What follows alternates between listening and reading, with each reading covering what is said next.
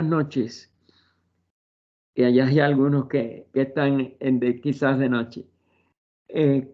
Continuamos hoy, viernes 25 de noviembre de 2022, el estudio de la obra Un teósofo mira al mundo, del hermano N. Sri, que comenzaremos hoy en la página 52 interna de el capítulo, el que es el inicio a su vez del capítulo 8 de dicho libro. Hay una beatitud y un poder más allá de nosotros mismos que vienen en ayuda de aquellos que están preparados para recibirlos. Volvámonos hacia aquellas grandes fuentes de las cuales emanan incesantemente la fortaleza y la inspiración para todos los que, olvidando el yo, están resueltos a aprender y a compartir sin reservas. Este capítulo 8, el señor Sri Ram lo denomina o lo titula. Recuerden que estos son recopilaciones de distintas pláticas que el señor Sri Ram dio tanto en la India como en el resto del mundo. Él visitó, yo creo que casi todos los países, o todos, en los que había sociedad teosófica. Comenzó, por ejemplo, aún antes de ser funcionario de la sociedad, en el año 1948, con una gira por América Latina que incluyó a Cuba, y fue cuando lo conocimos, cuando nosotros teníamos 9 años. Volvió para otra gira más larga, más abarcante de América Latina, y pasó por Cuba entre los años 52 y 53, donde lo vimos por segunda vez. Y ya después no volvió a Cuba, volvió a otros países de América Latina, pero ya él era presidente internacional a partir de ese año 53, en que él tomó posesión a la muerte, o un poco antes de la muerte del señor Jinarayadasa, que le precedió. Y vivió 20 años como presidente. Desencarna en el año 1973 y dejó una huella indeleble en la sociedad. Su hija Radha, pues también llegó a ser presidenta de la sociedad en 1980. Y ustedes saben que hasta su desencarnación en 2013 también viajó, estuvo en Cuba ahí sí 4 veces y hizo una labor extraordinaria con los países también de habla latina. Bien, esta conferencia recogida en este libro como capítulo 8 se llama La contienda entre la luz y la oscuridad. Como es natural, son símbolos, ¿no?, de la ley de evolución, que es lo que sería la luz, y la oscuridad, la incapacidad todavía de muchas mónadas evolucionantes de poder imprimir en su personalidad este impulso hacia la consumación de lo que es la evolución humana. Él comienza así: la característica de la era moderna es el crecimiento de la mente concreta y su aplicación a los problemas de índole material. Esto es una característica propia de la quinta raza. Se sabe que en todo periodo mundial hay 7 razas raíces, con 7 subrazas cada una de ellas. Esto se explicó por primera vez públicamente en el libro de Sinek, que recopiló las enseñanzas que él había ido recibiendo por cartas de los maestros KH y M, que sobre todo KH, él tenía ese impulso. Le pidió permiso a la señora Blavatsky para escribirle pidiéndole una serie de opiniones sobre las ideas que él tenía de cómo ayudar a la sociedad teosófica, muchas de ellas, como es natural, enredadas en los fenómenos prevalentes en la época de la segunda mitad del siglo XIX en Europa y en Estados Unidos y en otras partes, y materializaciones de las entidades que se presentaban en esas ¿cómo se llama? En esas sesiones, pues como se le llamaban espiritistas o espiritualistas, y él recibió una respuesta totalmente contraria del maestro Kahashi, y el maestro lo que le empezó a, ¿cómo decir?, invitar o sugerirle que él difundiera teosofía. Él estuvo de acuerdo y lo que se produce después como el libro, muy bueno en su contenido, pero con un título erróneo, del budismo esotérico. Y el budismo esotérico se confunde con que es un libro sobre religión de Gautama Buda, lo cual no fue así. Ellos le sugirieron que él lo titulara Esta sabiduría del alma espiritual humana, es decir, el principio de iluminación o de intuición búdica, que tenía ese esoterismo que podía ser comunicado hasta cierto punto a través de la mente. Y bueno, eso que se comunicó tiene que ver con estas etapas de la evolución. Y la quinta etapa, que es nuestra quinta raza raíz, por eso tenemos 5 sentidos, por eso toda la humanidad es de la quinta raza, en cuanto a lo físico, y se caracteriza en lo interno por el desarrollo de la mente, del manas, pero manas inferior. Todavía no alcanzamos el manas abstracto, el manas superior. Y esa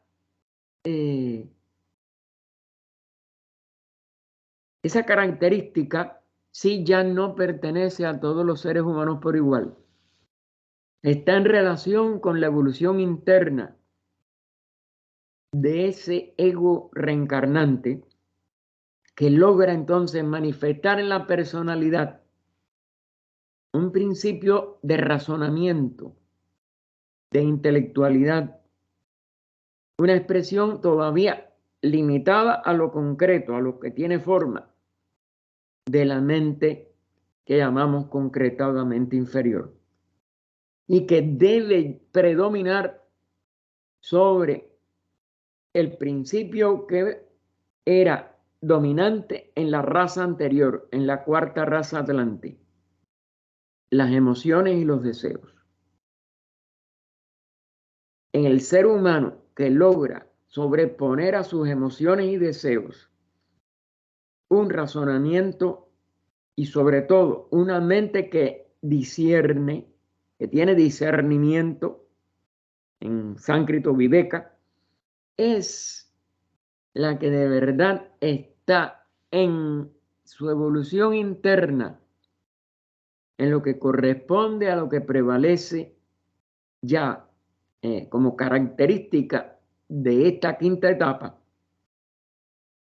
esa cualidad de la mente concreta y su aplicación a los problemas de índole material. Es decir, que eso hasta cierto punto es la característica de la parte más adelantada de la humanidad, que no solo tiene los 5 sentidos, sino que los aplica a la consecución del conocimiento y a mejorar, por tanto, su uso en este mundo en que estamos viviendo, en el mundo personal, en el mundo de la personalidad. La espiritualidad todavía pertenece a una minoría, y la espiritualidad, como es natural, es el paso siguiente a este predominio de la mente concreta y de su aplicación a los problemas de índole material. Y entonces Sri Ram continúa: en épocas pasadas los hombres no carecían de inteligencia, pero sí del temperamento necesario para progresar en este sentido. Y esa fue la característica, por tanto, que predominó en la época atlante. El desarrollo de este estado de la mente es lo que ha hecho del mundo físico una unidad. Es decir, ha podido acelerar las comunicaciones el enlace entre las distintas expresiones humanas en continentes, en el mundo entero. Hoy sobre todo, como es natural, es instantáneo. Ustedes no están aquí en donde yo vivo, en Crotona, y sin embargo están unidos a través de este sistema de la internet y de todas estas comunicaciones instantáneas. Nos podemos oír, nos podemos ver y podemos intercambiar una cantidad enorme de expresiones de nuestros sentimientos, pensamientos, aún acciones que pueden ser vistas por la cámara. El desarrollo de este estado de la mente es lo que ha hecho, por tanto, del mundo físico una unidad. Y esa unidad hay que lograrla ahora, en la parte interna, porque es así, lamentablemente, no la logramos todavía. Pero en conciencia, el mundo espiritualmente o moralmente no es una unidad. Y en la crisis de este Kali Yuga, pues ha llegado a ser que ni aún en un nivel de familia los seres humanos se sienten unidos. Es decir, nos hemos ido fragmentando, no solo como antes en nacionalidades, en expresiones culturales, en toda una serie de factores de grupos, de tribus o de naciones o de uniones de naciones, pero no logramos ni esa unidad en el nivel de la familia. Nos hemos ido por ese mismo uso de la mente sin la expresión superior, el complemento superior de la espiritualidad, nos hemos ido dividiendo en una forma lamentable. Y es la crisis que está viviendo este Kali Yuga del cual participamos. De aquí que notemos una falta de equilibrio entre esos dos aspectos de la vida, espiritual y material. El material, la personalidad lo puede expresar con mucha facilidad. La parte espiritual, la personalidad tiene primero que cambiar y después tender a desaparecer para dar lugar a la expresión de la parte espiritual inmortal del hombre. Porque la personalidad de todas maneras es siempre nueva cada vez que nacemos en un cuerpo físico nuevo. La mente del hombre, continúa Sri Ram, se está liberando en todas partes de los convencionalismos que se habían aceptado como norma. Esa mente, en este sentido, ha dado estos pasos o está dando estos pasos positivos, porque el convencionalismo es una forma de hipocresía. El convencionalismo es una forma de autoengaño. El convencionalismo eran dogmas impuestos por religiones, gobiernos, por costumbres, por tradiciones, pero no responden a la verdadera evolución interna de cada persona, y mucho menos de su alma espiritual. Y entonces, como eso no se puede expresar natural y espontáneamente, se convirtió en una apariencia más. O sea, una expresión, como se diría en el oriente, ¿no? Mayábica, un maya, una apariencia, una ilusión de que ya somos morales o que ya somos amorosos o que ya somos corteses o que ya somos, y no lo somos. O no lo hemos llegado a realizar como una verdadera característica espontánea de nuestra alma personal, reflejando el alma espiritual. Porque la verdadera espiritualidad no puede imponerse a través de normas inferiores y mucho menos dogmáticas, por muy sagradas que se hayan considerado por las religiones y sobre todo por los instructores religiosos en su origen. Pero hay que asimilarlos plenamente, no se puede forzar dogmáticamente. Pero todavía no ha encontrado su propia ley. La mente se libera de la parte convencional, pero todavía no ha encontrado su propia ley. La ley de sí misma. El sí mismo que es uno con la parte espiritual, que no está divorciada de la parte espiritual de nuestra naturaleza. Y es por eso que no hay una armonía entre los seres humanos, porque no nos hemos compensado internamente entre el abandono de los convencionalismos y buscar la expresión de nuestra propia ley, que es la ley del alma espiritual. Y por eso es que existen tantos desequilibrios psicológicos, mentales, etc. No hay un equilibrio total entre todos nosotros, interno sobre todo, entre lo interno y lo externo de cada ser. Es decir, entre la verdadera causa de nuestra personalidad, que es nuestro ego reencarnante que emite esa personalidad para encarnar,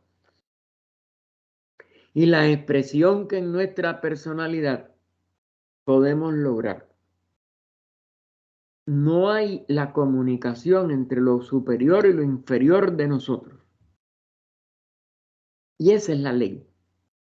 La ley es que la personalidad exprese lo que esencialmente el alma espiritual necesita para seguir adelantando su desarrollo evolutivo.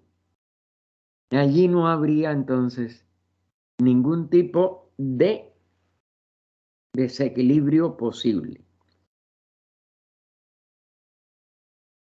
Y continúa el hermano Sirán, y esto ocurre con más frecuencia en Occidente, donde encontramos, por ejemplo, en asuntos referentes al arte y al sexo, una tendencia a violar todos los cánones y reglas conocidas, aparentemente por el goce desenfrenado de la misma violación.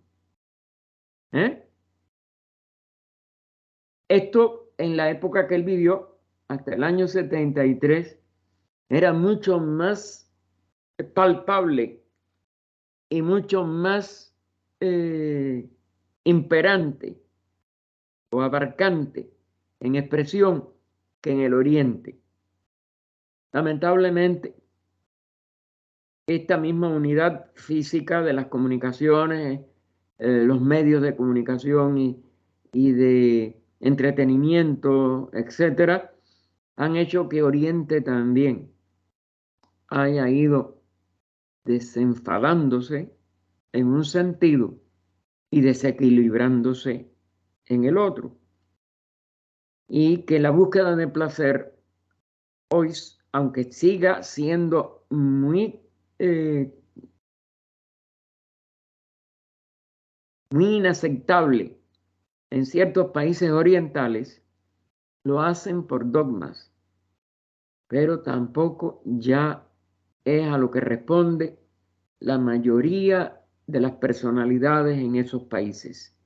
Y es la crisis que vemos en los países, sobre todo maometanos, en el tratar de seguir obligando a que las mujeres obedezcan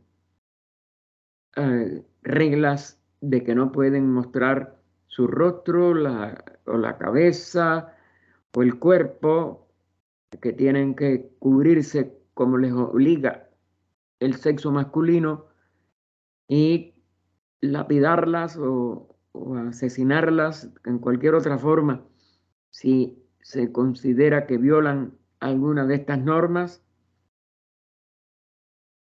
Y es una crisis que de todas maneras está llevando al mismo desenfado. En Occidente, pues mucho más en la parte sexual es un desastre total de formar hasta los cuerpos para que sean o aparezcan del otro sexo, y toda una serie de violaciones de la ley del mismo cuerpo ya, y mucho más de la ley del alma que lo habita. Y es por eso, porque nada más que se quiere goce. Y no nos damos cuenta que esa es una de las flechas de Patanjali, ¿no?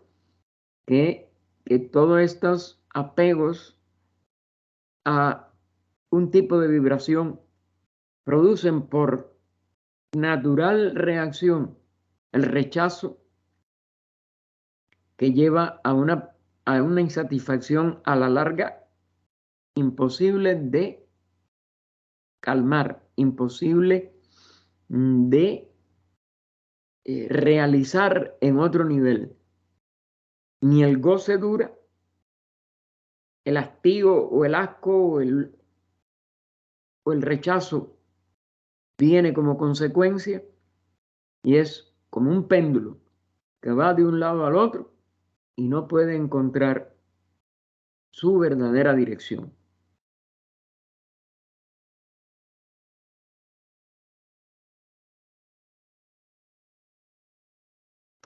Así que estos cánones, claro, ya no obedecen al estado de evolución de la mente, porque se impusieron, y estas reglas conocidas tampoco son suficientes para la evolución de esa personalidad. Y entonces viene todo este desastre que él describe también ahí, pero que ya les digo, no es ya solo Occidente, está abarcando a la tierra completa. Así que ese goce desenfrenado de la misma violación, de suerte que por algunas décadas ha habido una corriente hacia un estado interior de licencia, al que gran número de personas se preparan a caer, porque es una caída psicológicamente hablando, mentalmente hablando, de deseo, etcétera, una esclavitud al deseo, por sus excesos de todas clases, tratando de experimentar salvajemente, como si fuera nada más que el cuerpo el que necesitara esas vibraciones, en los campos de sensaciones físicas y emocionales, y por tanto alterando la parte esa mental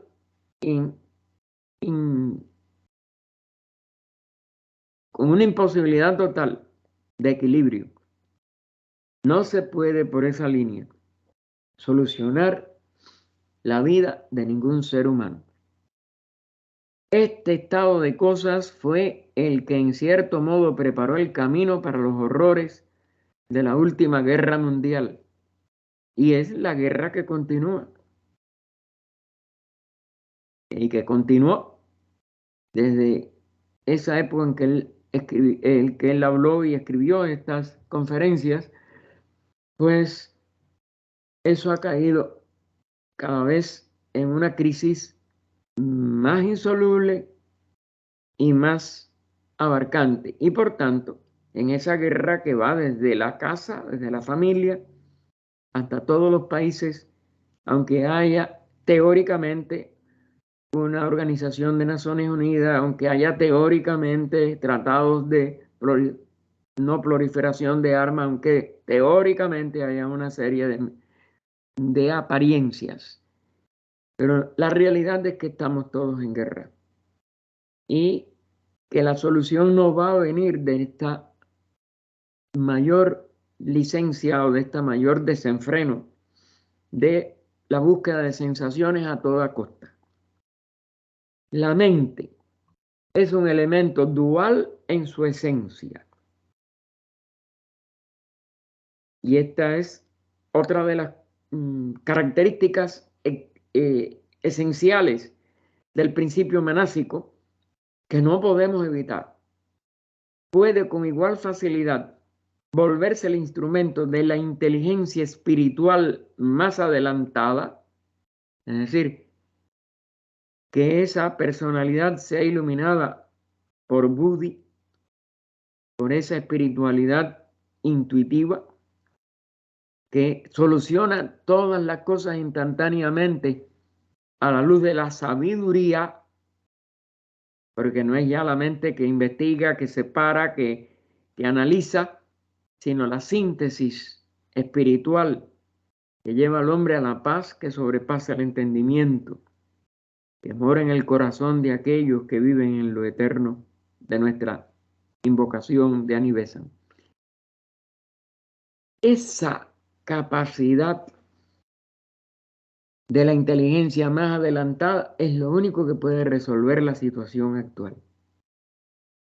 Y por eso esa es la importancia que tiene este ciclo de que desde el nacimiento de la Sociedad Teosófica y de otros corrientes de búsqueda espiritual, pues la humanidad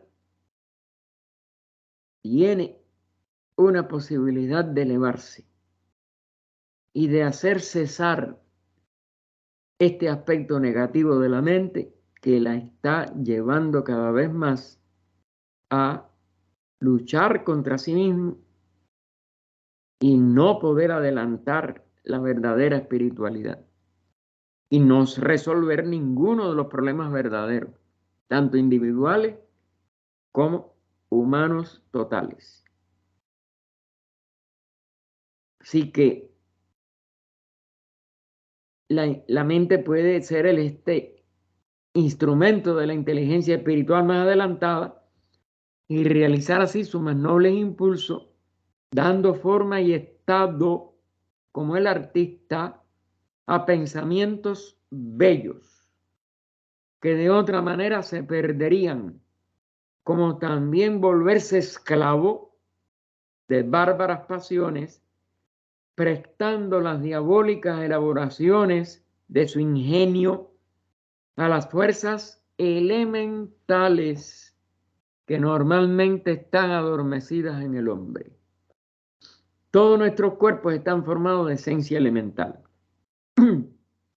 Por ello, si la atención humana, en vez de dirigirse hacia arriba, en vez de anhelar su iluminación, en vez de anhelar su unidad con el todo, se centra en sus cuerpos, los cuerpos avivan a esos elementales y los convierten en insaciables, en apetecedores de vibraciones cada vez más violentas, y por ello el ser humano puede destruir su propia naturaleza inferior, es decir, su propia personalidad, porque ninguno de esos seres humanos puede continuar avanzando hacia un objetivo de su vida.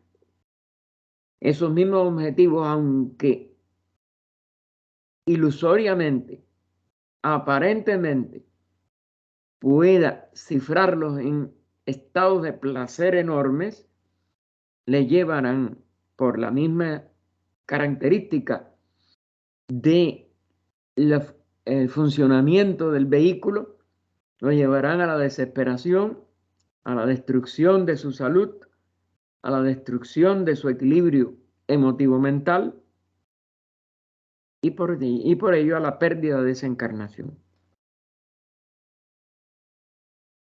Y él termina el párrafo: hemos visto realizarse esto ante nuestros propios ojos.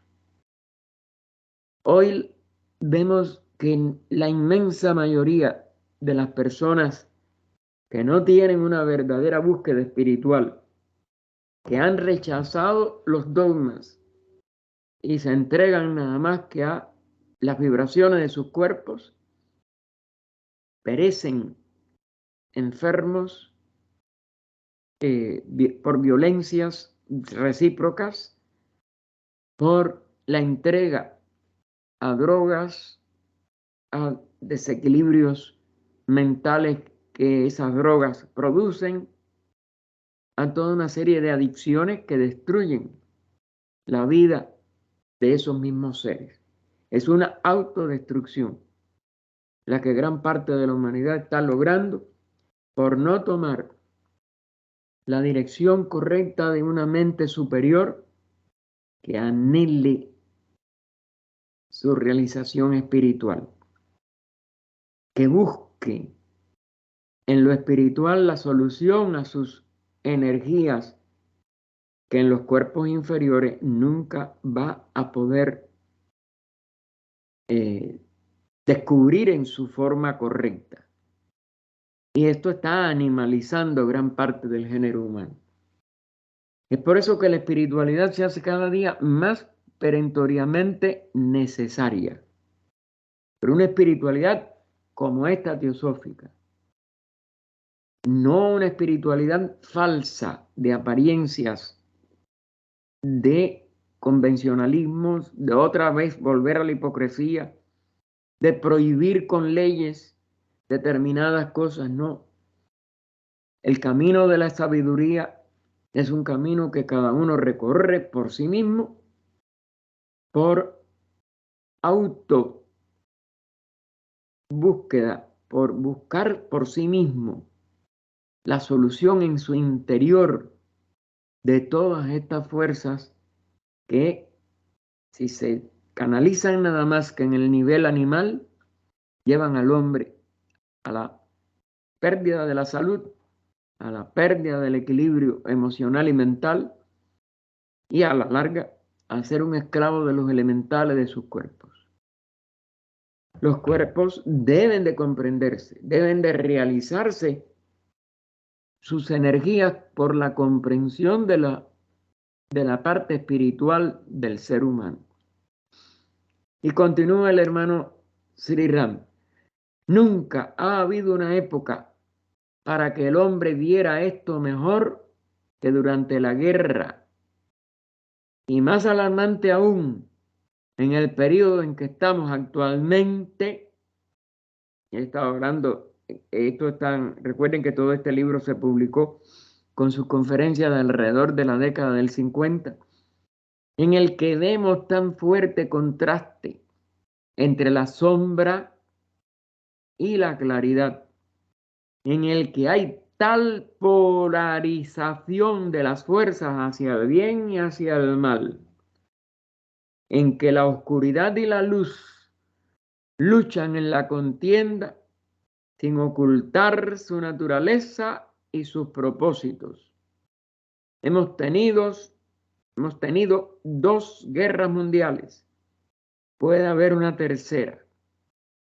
¿Quién puede decir cuál será el resultado? En el fondo, vemos que el resultado ha sido que se sigue guerreando, que las guerras, lo que se han mantenido sin arrastrar a una conflagración totalmente destructiva atómica, pero que se siguen amenazando con esas mismas armas, que todos los países que no tienen esas armas las siguen tratando de desarrollar para poder ripostar el que las tienen ahora o las han tenido hasta ahora les puedan obligar a algo por temor a esas explosiones nucleares, etcétera. Pero es lo mismo. Aunque pudiéramos en el año 89 al 91, cuando el desplome de la Unión Soviética, Se pensó que había terminado la Guerra Fría y que iba a haber, no hubo nada más que una hipócrita, como dijéramos, alivio de palabras y todo. Ahora están igual. Y no es porque tengan un nombre o que tengan otro, o que tengan... Es lo mismo. La competencia es por lo físico, la competencia es por lo material, la competencia es por los deseos, la competencia es por la apetencia física de cada uno, disfrutar de lo que quiere y dominar lo que quiere. No ha cambiado nada ni cambiará mientras no cambie adentro cada ser humano, mientras no se espiritualice realmente la humanidad. Y esa es la responsabilidad que tenemos los que hemos recibido al menos alguna de estas ideas teosóficas. Y es lo que él va entonces a plantear ahora en el párrafo siguiente. Entonces viene la teosofía en nuestra ayuda. Cuando digo teosofía no me refiero a una doctrina exclusivista, sectaria, de moda. Es decir, no al grupo de enseñanza de nuestra sociedad. Teosofía como sabiduría divina que tiene que advenir a cada ser humano por una inspiración interna que le lleve a alzar los ojos y dejar de mantener fijos esos ojos en la mente, en la tierra, en los elementales, en sus cuerpos. Y por eso es que él pone aquí, es teosofía, no un vehículo de la teosofía, que es lo que es la sociedad teosófica. Un vehículo que tenemos que aspirar a que, como es natural, a que pueda seguir siendo un digno representante.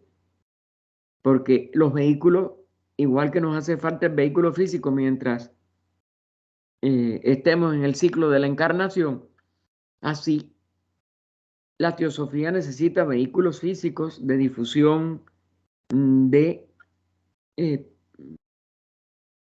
de dosificación, de la búsqueda, porque tampoco nadie puede descubrir la sabiduría por, en un solo abrir y cerrar de ojos.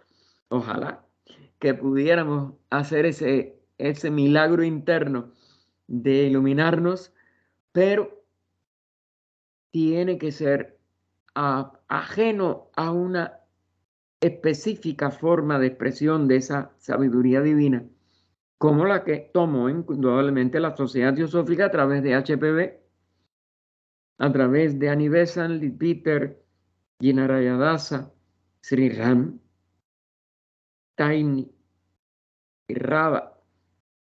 Han sido los 7 grandes eslabones de presidentes y de la parte interna de la sociedad que mantuvieron o han mantenido viva hasta ahora esta función que los maestros quisieron darle a la sociedad teosófica a partir de 1875. Pero no debemos de circunscribir a esto como una única forma. La sabiduría divina, la teosofía tiene que hacerse llegar de cualquier forma a todo el que la esté buscando. Y debe de estar al alcance de todo ser. Y debemos de cooperar a todo el que nos pida alguna ayuda para descubrir esta sabiduría divina. Y no obligarle a que sea de una institución o de otra o de un grupo de estudio o de otro, etcétera, sino que ampliamente pueda seguir la forma en que cada uno pueda satisfacer esta ansia, pero se necesita que esta ansia nazca en el corazón y la mente de la humanidad. Y necesitamos ayudar a los seres humanos que puedan estar ya tocando a esa puerta de la teosofía o sabiduría divina en su totalidad, en su augusta inmensidad.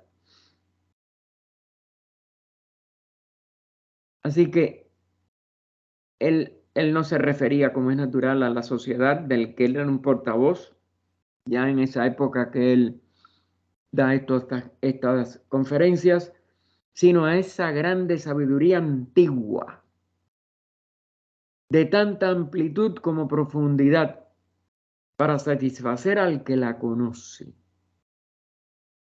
Si de verdad logramos hacer que una persona sepa abrir sus ojos a esta sabiduría que no tiene edad, que no solo es antigua, que es perenne, también se la ha llamado así, la filosofía perenne, sobre todo por Huxley, y tiene un libro así. Hay algo que es perenne y no tiene que ver si existe o no un tipo de institución. Lo que hay es que poder abrir el camino, el sendero interno, la búsqueda a la persona que está tratando de despertar a este algo superior. Y bueno, que en su forma moderna demuestra claramente esa sabiduría antigua, esa sabiduría de todas las edades, esa sabiduría perenne que constituye un valor permanente, como lo es el espíritu que reside en lo más íntimo del hombre, que no se altera bajo las condiciones exteriores. Es decir, el espíritu nuestro jamás va a ser alterado. Lo que hay es que tratar de que cada ser humano busque ese contacto interno con su espíritu, porque el espíritu es eterno y nada le puede alterar el que las condiciones exteriores sean tan críticas en el momento actual. Y entonces lo que tenemos es eso, cómo estimular que cada ser humano, por torvo, por poco culto, por equivocado que haya sido su vida hasta ahora, puede tener la oportunidad de que él puede abrirse a algo que existe dentro de sí y que ese espíritu está en él y que ese espíritu no se altera y que él puede hacer, como dijéramos, de sí mismo un mecanismo de búsqueda y de obtención de esta sabiduría y que está dentro de él y que esa sabiduría es la de su propio espíritu y que hay una serie de medios por la cual el despertar a esa sabiduría se puede estimular y que no tiene que ver con las condiciones exteriores. Y ahora él nos pone un ejemplo, uno de los ejemplos, como dijéramos, más sublimes, ¿no?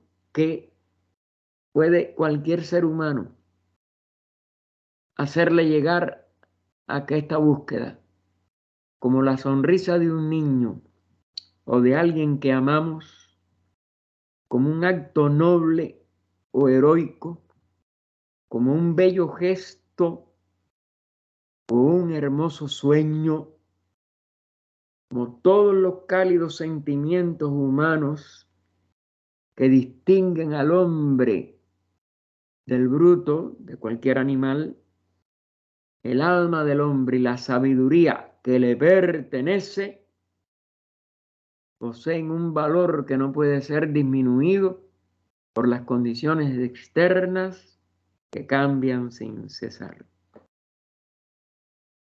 Es decir, podemos tocar a la puerta a través de estos estímulos, una sonrisa de un niño, una expresión tierna de alguien que amamos, cualquiera de estas cosas superiores pueden abrir a cualquier ser humano a la sabiduría divina. porque está dentro de él. Que después tenga que seguir estimulando y profundizando a través de textos como los que tenemos en la Sociedad Teosófica, es muy útil, muy útil. Pero el primer punto necesario es que podamos tocar ese despertamiento a través de cualquier cosa que la vida nos presente como oportunidad. Porque la sabiduría hay que encontrarla primero dentro, como una fuente, que después se complemente en lo intelectual, en lo que se exprese en el nivel mental correcto. Indudablemente que todos nosotros somos personalidades y necesitamos que esa personalidad pueda también cumplir sus funciones para que se aleje de la crisis en que hoy vemos que se debate el mundo exterior. Pero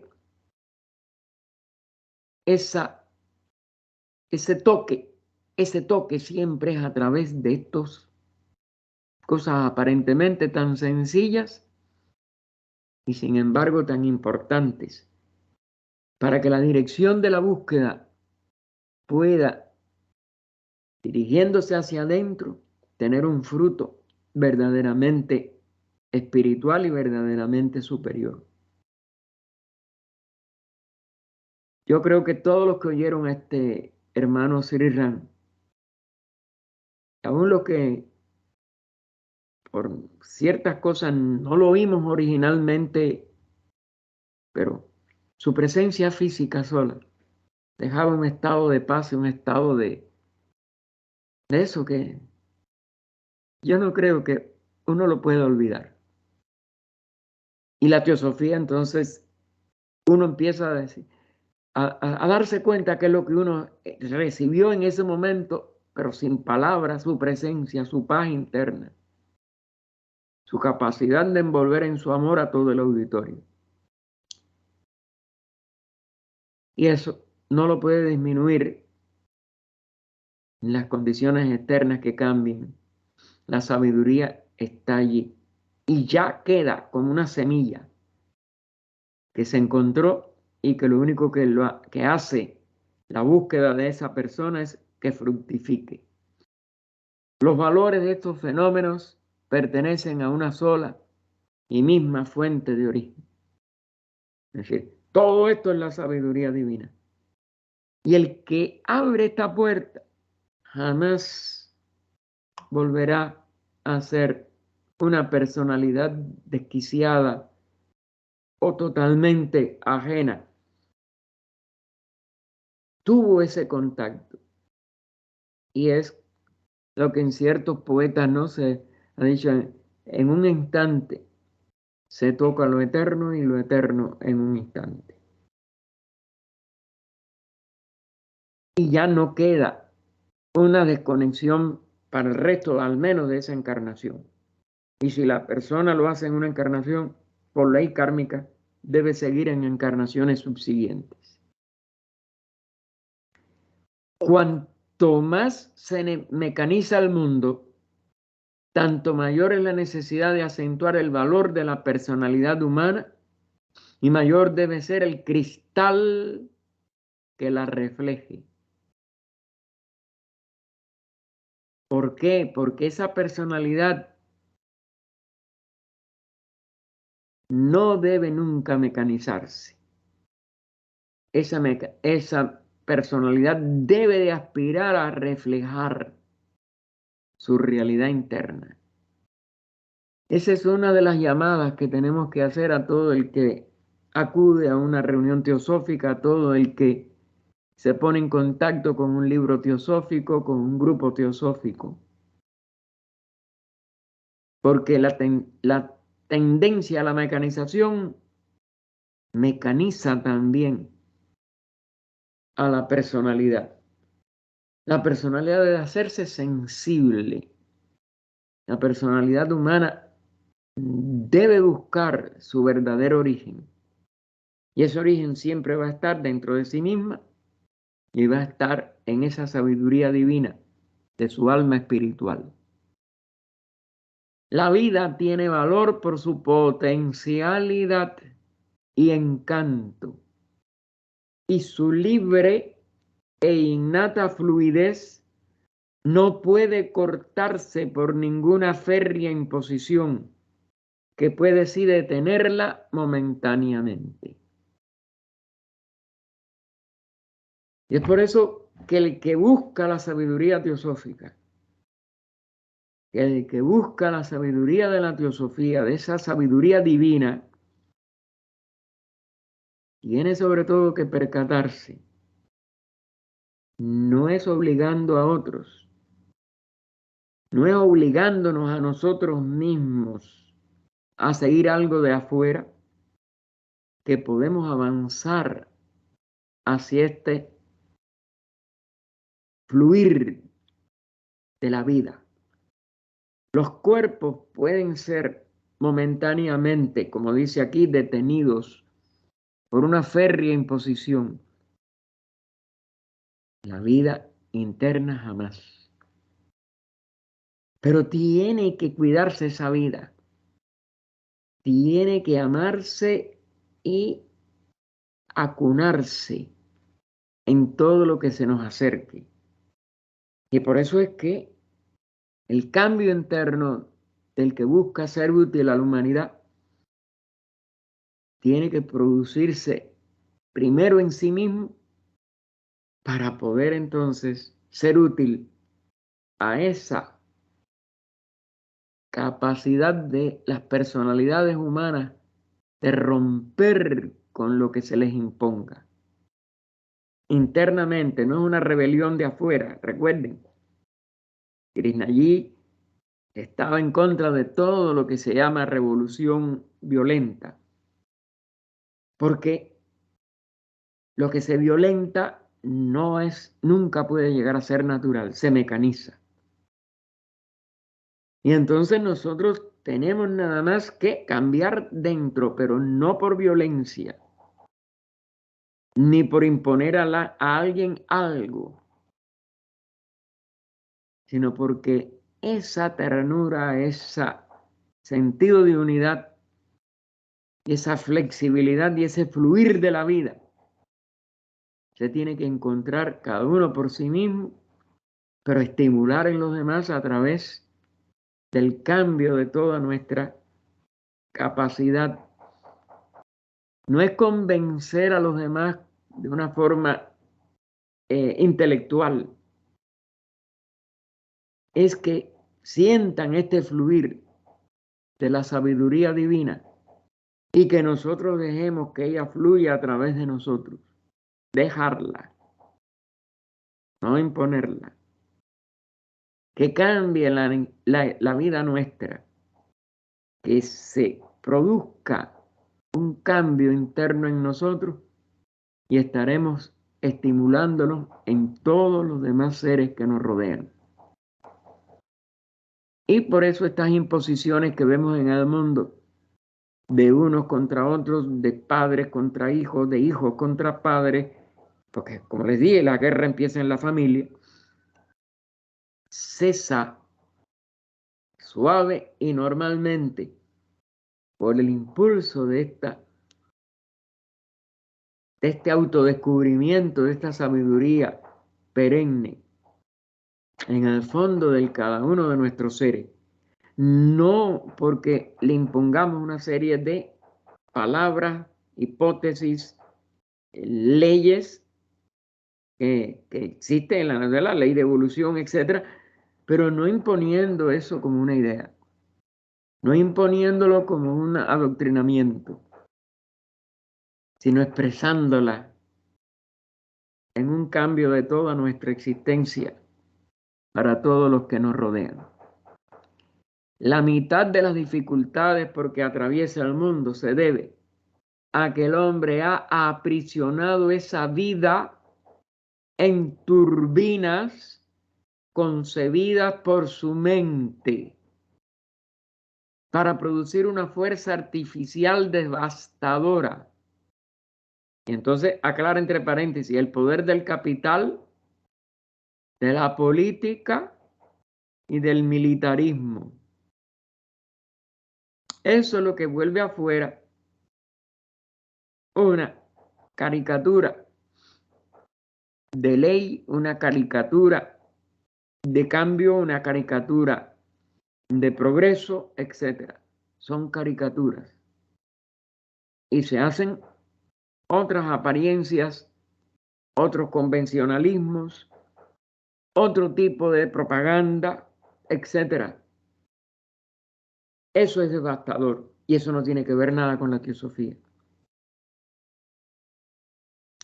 Y quitando ahora la aclaración entre paréntesis, la mitad de las dificultades por que atraviesa el mundo se debe a que el hombre ha aprisionado esa vida en turbinas concebidas por su mente para producir una fuerza artificial devastadora que se emplea no para acrecentar la felicidad, sino para luchar y subyugar al hombre mismo. Tiene que hacer lo que yo te digo, porque yo soy el que tengo la fortuna, o soy el que soy rico, o soy el que soy el gobernante, o soy el que mando el ejército, o la marina, o la aviación, o lo que sea. Cuando esa cosa externa de las personalidades se trata de usar para la felicidad humana, no se logra. Y no acrecienta esa felicidad.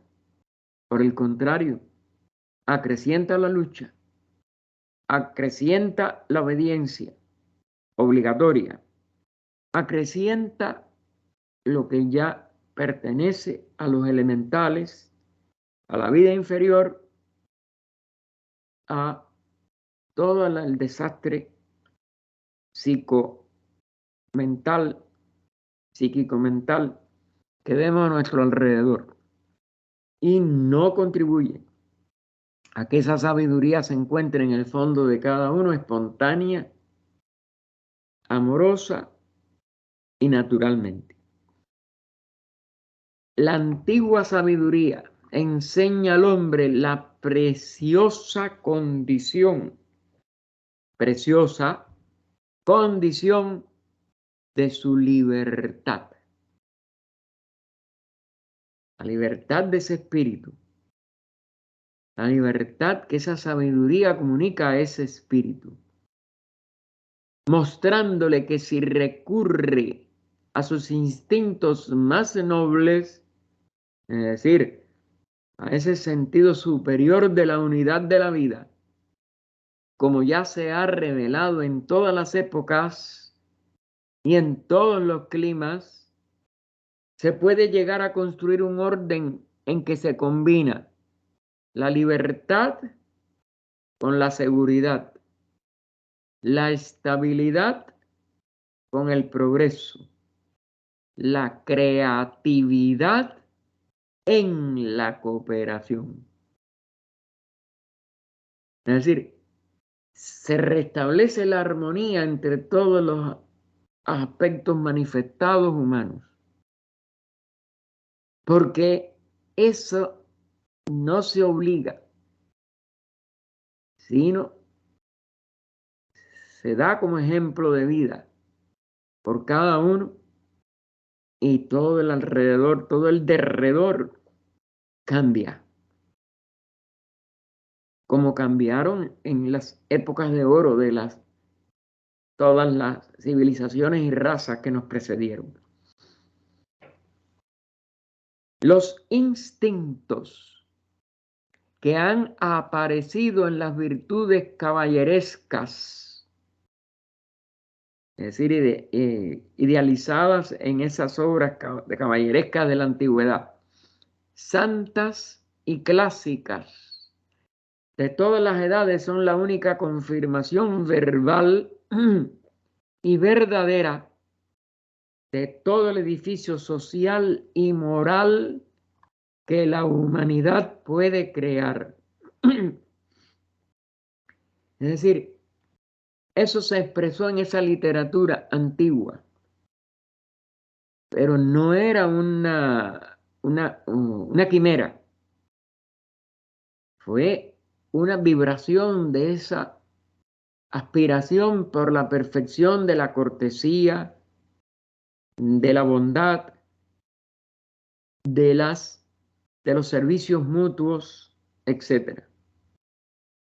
Ultrajarlas, es decir, tirar a que eso no era verdad, que eso es eh, una ilusión, una quimera, ultrajarlas, negarlas, como se hace hoy en tantas partes del mundo, para suplantarlas por un monstruo erigido para ser reverenciado por el hombre, que le sacrifica su individualidad, es cerrar la puerta al progreso humano. Y hasta más, es retrotraer la evolución al estado de seres embrutecidos, sin alma, en que ésta se desintegrará y perecerá. Es decir, la verdadera alma reencarnante, la verdadera alma espiritual, no soporta ese tipo de entrega nada más que a lo bruto, a lo elemental, a lo animal, a lo que ya pertenece a un pasado de la evolución. El ser humano tiene que ir hacia adelante por sí mismo, con no solo amor, sino la poesía de ese amor, no solo con el servicio desinteresado que lleve a ser un ejemplo de total compasión, pero, ¿cómo se dice también? De total servicio irrestricto a todo el que necesite a nuestro alrededor un estímulo, una ayuda, una mano tendida. Eso tiene que ser completamente realizado primero dentro de cada uno de los que busca esta sabiduría divina y aportado irrestrictamente, sin esperar recibir nada a cambio. No como un nuevo negocio, no como un nuevo compromiso externo, sino como una necesidad de la vida total en la que todos somos una célula viviente y de la que todos somos un correr constante hacia la perfección. Y Sri Ram continuó, pero esto no sucederá porque el hombre ha ascendido demasiado para caer en la barbarie absoluta. Es decir, aunque estamos en una crisis, aunque parece que nada más que estamos entre guerras y entre seres embrutecidos, la evolución ya ha llegado a lo que se conoce en la ley cíclica como el reascenso hacia la parte espiritual. La más, como éramos, baja densidad de materia ya ha sido abandonada desde el final desde los finales de la época Atlante, de la época de la cuarta raza. La quinta raza ya está en el arco ascendente. Las fuerzas todas son para ascender, aunque todavía el peso muerto de todo el resultado de nuestro descenso a los niveles más profundos de la cuarta raza, pues pesan enormemente y parecen seguir siendo lo que, vamos a decir, lo que va a predominar. No puede ser así por ley de evolución. Y aunque en lo objetivo, en lo aparente, en lo visible, en lo perceptible con los sentidos, sigue habiendo un predominio de esta tendencia hacia la brutalidad, hacia la degeneración de las costumbres, hacia la licencia que lleva al libertinaje, etcétera. Y aunque estamos en un ciclo como el del Kali Yuga, donde eso todavía es, está presente, lo interno ya empezó a predominar sobre lo externo. Esa sabiduría divina va a seguir despertando en la humanidad como un todo. Y cada ser humano en momentos, aun cuando tenga su todavía ignorancia prevaleciente de muchas de estos aspectos de la sabiduría divina, por también la larga época de oscurantismo que representó toda la Edad Media y principios del Renacimiento, y los dogmatismos religiosos parezcan todavía seguir predominando. Digo parezcan porque en la superficie todavía son lo que más se nombra o lo que más se trata de difundir el pensamiento interno de buscar la libertad. Y no podemos caer en esa absoluta barbarie, como pone él en el párrafo anterior, en la oración anterior. La causa de la libertad, continúa él, y la fraternidad, ambas las pone con iniciales mayúsculas, prevalecerá finalmente en todo el universo.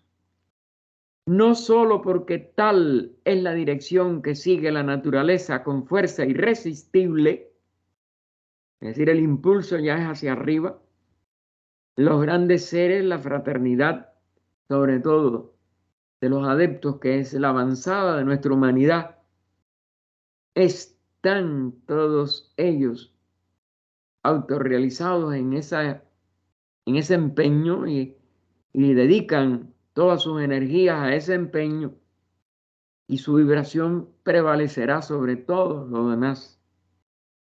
Pero no lo pueden hacer obligando a nadie. Es inspirando el despertamiento de todos los que todavía no hemos despertado. Y por eso es que sabemos que libertad, fraternidad, igualdad no tiene que depender de una revolución francesa como se trató de hacer en 1789, ni en ninguno de los otros movimientos externos que lo único que hacen es complicar mucho la posibilidad. Es internamente que eso va a seguir avanzando y despertando internamente a cada corazón, a cada mente, a cada cuerpo físico en su acción.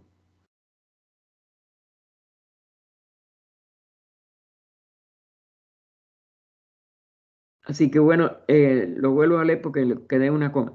La causa de la libertad y la fraternidad prevalecerá finalmente en todo el universo, no solo porque tal es la dirección que sigue la naturaleza con fuerza irresistible, sino porque también tiene hoy más partidarios, más adherentes convencidos que en cualquier otra época anterior. Y eso hará que como está a favor del siguiente paso evolutivo, va a hacer que cada vez predomine sobre toda la otra barbarie. La lucha en que hemos participado parece ser el último ataque agudo antes de la aparición de una nueva era verdadera, en la que se espera que el mundo se organice en sus diversas partes, de suerte que no solamente se mantenga la paz entre una nación y otra, asegurando de este modo la continuidad del progreso, sino que cada hombre, por primera vez, recibirá un reconocimiento práctico de su propio valer y una cabal oportunidad para vivir su vida de acuerdo a su modo de ser. Y pregunta, ¿se realizará esta esperanza? Obviamente que se va a realizar porque ya es ineludible al ciclo de reascenso. HPB en una de sus últimas instrucciones orales al círculo interno a finales de 1890 y quizás no sé si hasta llegó algo del 91, aunque ella después ya estaba muy enferma.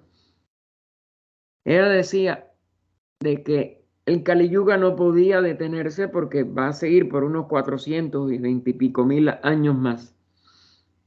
Pero que cada ser humano que despertara a este sueño de la nueva era, a este sueño de la nueva raza, subraza, porque empieza la subraza ya sexta, que vaya despertando a esta naciente intuición, que es la que va a iluminar la mente humana total, y que ya es parte del ciclo, porque los ciclos no tienen que esperar a que se determine el decadente, para que el naciente y ascendente comience. Y ella dice, aunque parezca que no, ya ese ciclo empezó. Todo el que anhele algo interno con verdadera capacidad profunda lo puede lograr dentro de sí.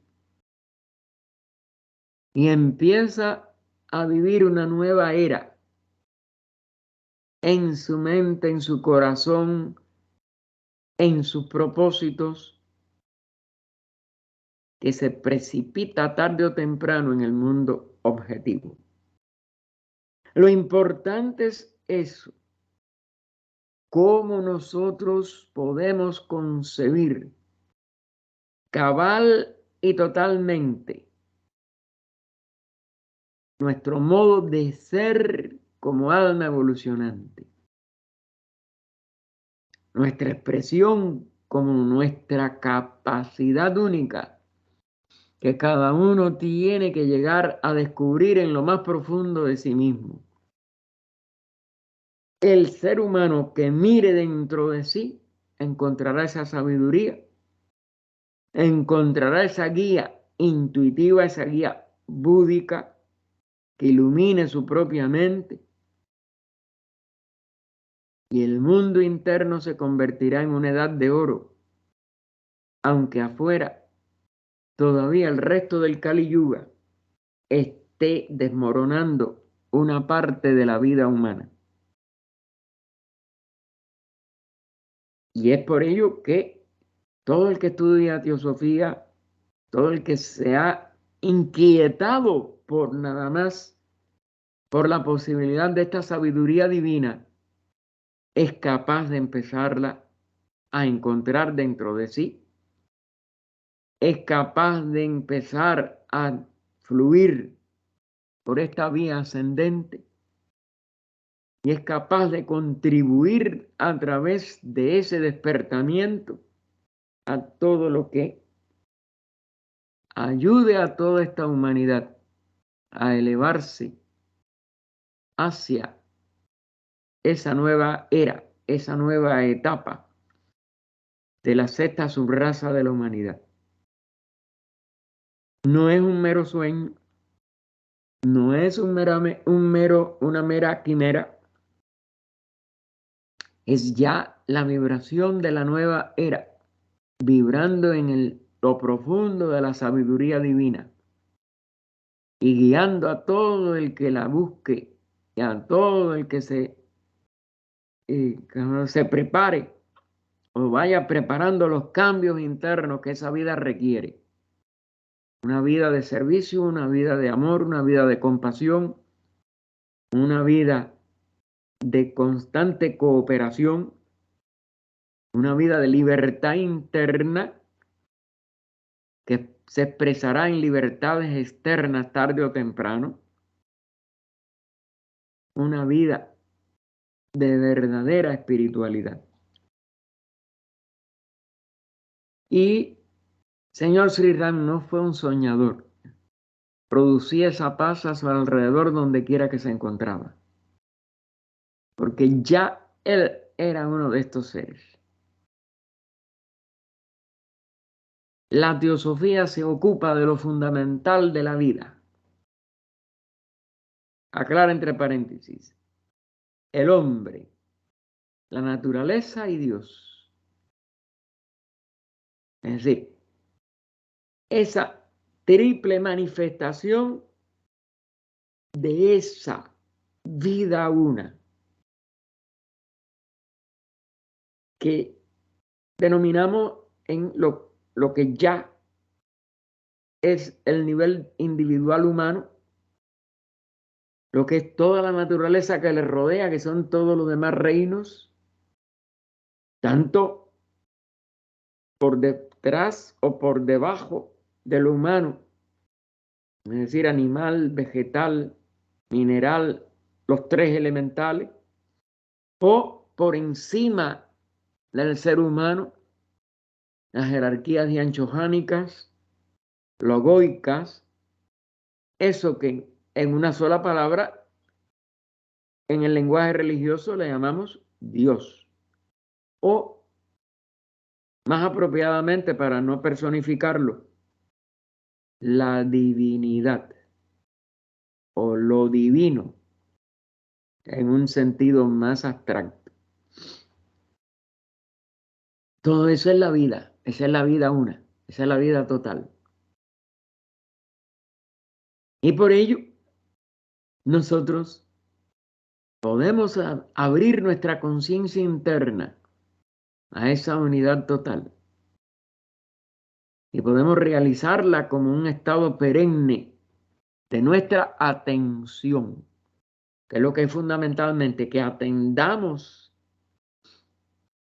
a lo que es, como le decía Krishnajit, y no a lo que aparece ser.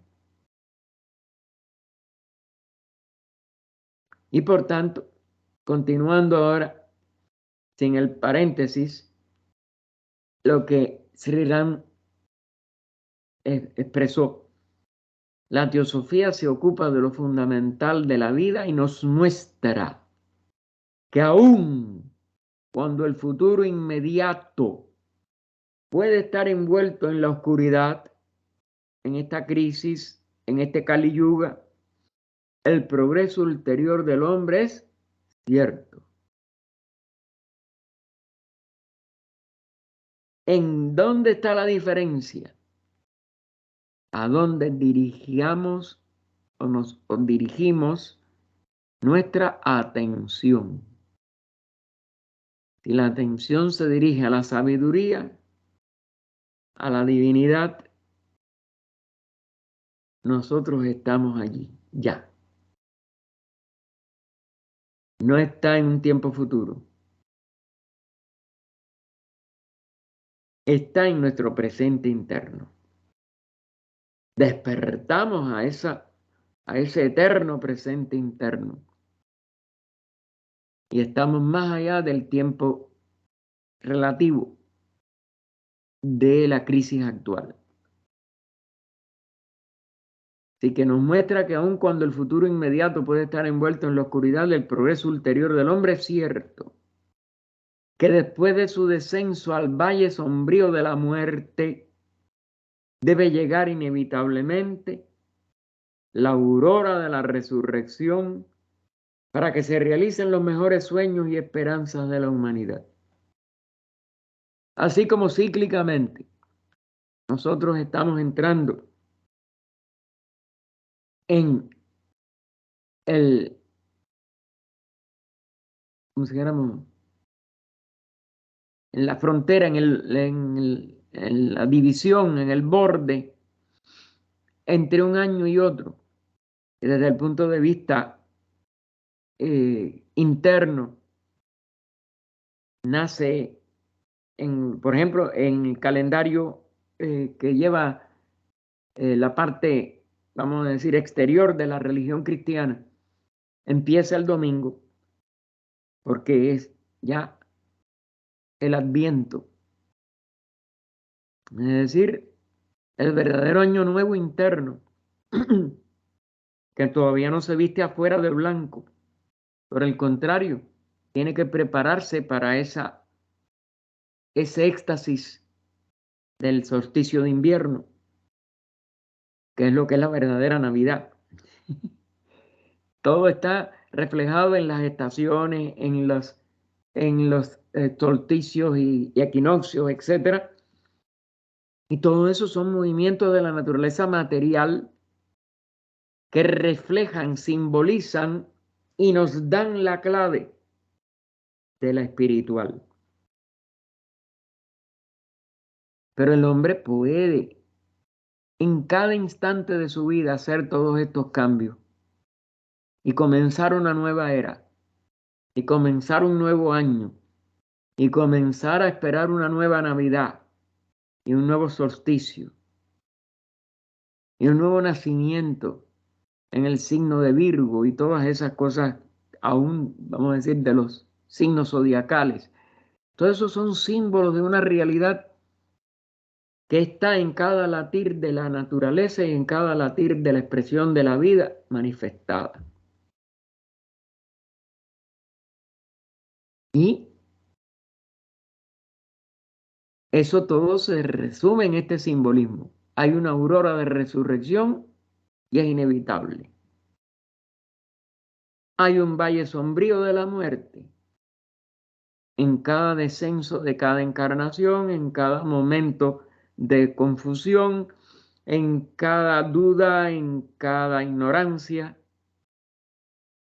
Pero hay algo también que está siempre en resurrección, en volver a expresar esa vida en su totalidad, en su inmensidad, hasta que cada uno la exprese en su autorrealización como un ser liberado de la rueda de nacimientos y muerte, el ciclo de necesidad. Y así sucesivamente. Constantemente todos los ciclos y todas las etapas de conciencia pueden verse en distintos panoramas calidoscópicos que siempre están moviéndose, cambiando. Y cada uno puede hacer el cambio en su caleidoscopio que lo lleve a la verdadera resurrección, a la verdadera sabiduría divina, a la verdadera unión con toda la humanidad, consciente porque todos somos una unidad y nunca lo dejamos de ser. Depende de donde pongamos nuestra atención.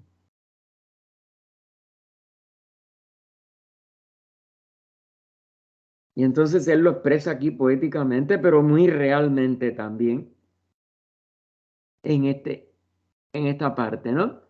Así que la teosofía se ocupa de lo fundamental de la vida y nos muestra que aun cuando el futuro inmediato puede estar envuelto en la oscuridad, el progreso ulterior del hombre es cierto, que después de su descenso al valle sombrío de la muerte, debe llegar inevitablemente la aurora de la resurrección, para que se realicen los mejores sueños y esperanzas de la humanidad, que ningún esfuerzo humano dedicado a esa causa pudo haberse hecho en vano.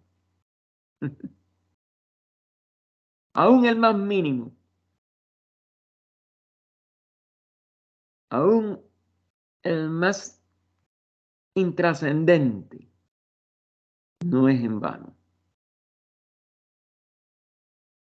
Y nos indica también la dirección que debemos dar a nuestros esfuerzos. El santo y seña, usando el lenguaje simbólico, que debe ser nuestro guía en la reconstrucción que ha comenzado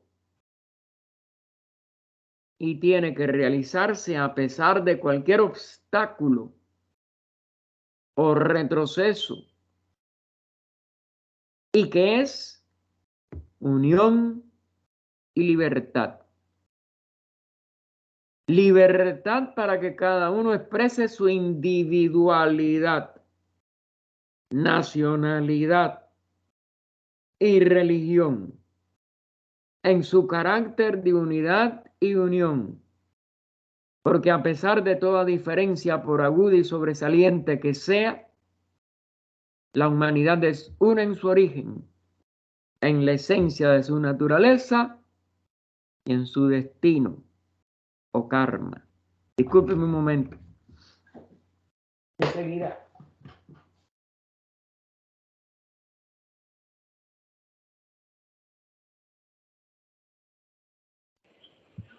Hola, Hola. hay recreo.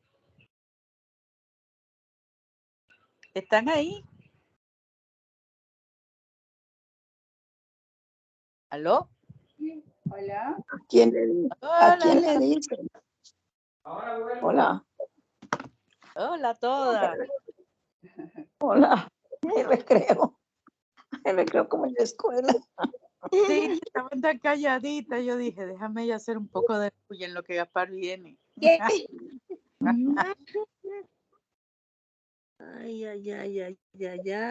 Imagínate. Eso mismo, nosotros de verdad vamos a tener que buscar los bimanas, eso. Ya no nos basta con globo aerostático. Eso sí es verdad. Submarino, yo no sé cómo. Podemos ir tramo a tramo en diferentes cosas.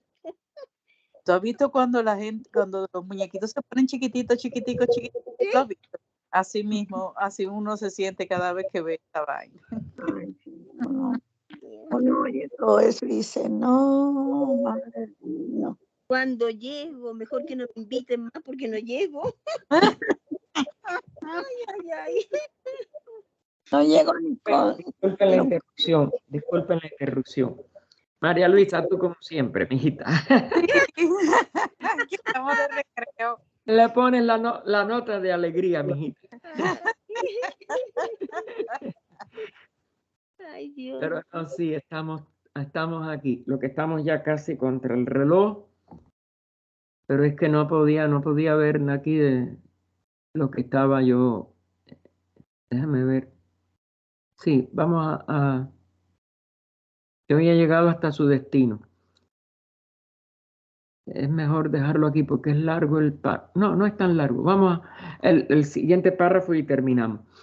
El problema que deben resolver los estadistas de todo el mundo está en incorporar esos principios a nuestra política, a nuestra economía y a nuestra organización social. Con la corrupción que hay, claro que eso es un gran reto. El problema no es insoluble.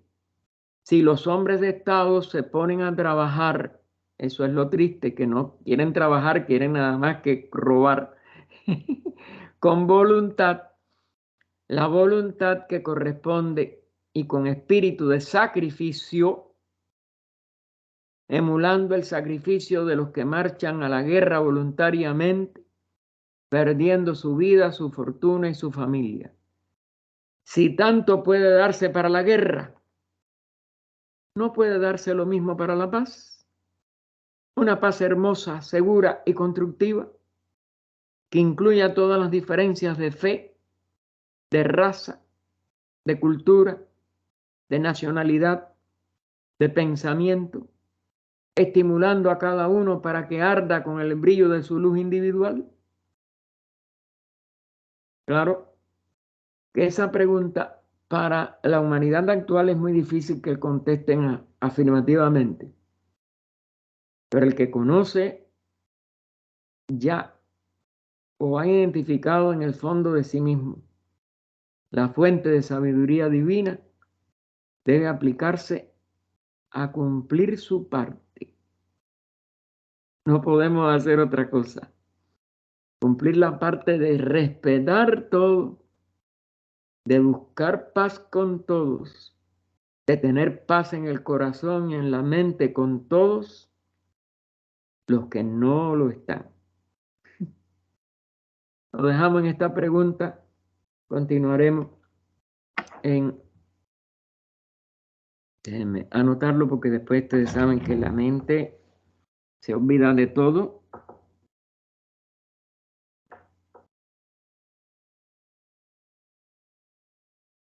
(52) Inicio de párrafo. Oh vida oculta que vibras en cada átomo, oh luz oculta que brillas en cada criatura, oh amor oculto que todo lo abarcas en la unidad, que cada ser que se sienta uno contigo, sepa que por lo tanto es también uno con todos los demás. Paz, paz, paz a todos los seres. Déjenme parar la grabación.